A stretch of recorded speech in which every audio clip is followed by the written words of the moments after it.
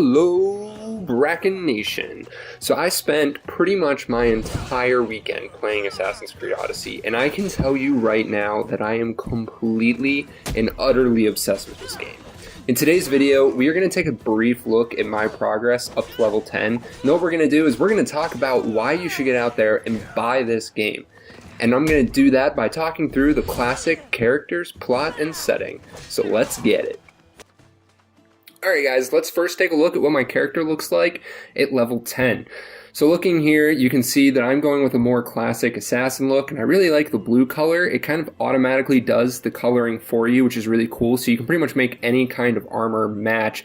I'm going with the assassin look, but you can go with whatever you want. You can look like a Spartan, an Athenian, a bandit. You can go with all kinds of different armor combinations, and it has that automated feature built in to kind of make things look as close together as it can. Moving on to the skills, I'm going with the assassin and warrior combination, pretty much ignoring archery personally. I start my engagements out, I do assassinations, and then when something goes wrong, I go with the warrior combination. I pretty much take out everybody from there. Looking at the map progress, I've barely uncovered anything in the map. I've only explored 2 areas so far, but I've completely covered those 2 areas. I've completed every side quest, I've done every bounty that is available to me so far. I'm kind of a completionist when it comes to that thing, and as I complete those areas, I move on. So that's where I'm at for level 10, so let's talk about the game itself now. To start out, I'm going to be talking about the characters. The characters in this game are absolutely amazing. You pretty much like everybody in the game, or you dislike them, but everything has a purpose to it. You don't dislike the characters because they're poorly written or they're annoying to be around.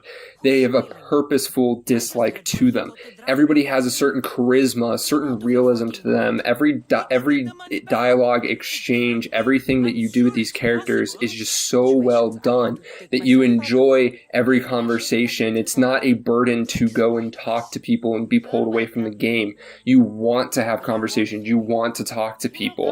Even the most insignificant characters in the game have that same life and perfection to them. It's almost like somebody went back in time, recorded all these people in ancient Greece and all of their discussions, and then brought them back, because everything is delivered in such a way that is engaging with you. There's always new information being revealed. You get laugh, you cry, you feel the stress, you feel the anger, the emotion. You have a connection with the characters that so far I think is unparalleled in any other Assassin's Creed game. I would say Assassin's Creed Origins came close.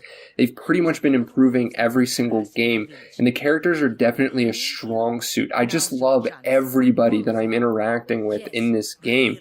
It makes you feel a part of the world. Like your character is you and you're interacting with these real live people. And as you make those decisions and the way that they react, it's amazing. It's engaging. I love every moment of it.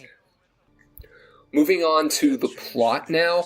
The biggest thing with the plot that I have to talk about is the fact that you make decisions and you pick your own path. And I'm not talking along the way you just do these onesie twosies, kind of make a decision, oh, there was a slightly different outcome. I'm talking Mass Effect, Knights of the Old Republic, BioWare level decision making, where your decisions have real consequences, real impacts in the game. That as you're going through a conversation, that you can pick things that change the outcome of that particular conversation and change the dynamic of the game. You really get to act like you in this game. Your character is an extension of yourself. And as you're going through that story, it is engaging, it is compelling, you want to learn more, you love hearing about what happened and learning more about your past, and it keeps you involved in the game, it keeps you going forward, it makes you feel like every time you turn on that game, it's just a second life that you have that you're completing off to the side of what your real life is. And when you get bored of that main storyline, if you get bored, and you really don't, but you can always have those side quests and those bounties that you can do off to the side that add sort of more fun to it than just the seriousness of the main storyline that you're interacting with. Sometimes you're better sending a woman anyway.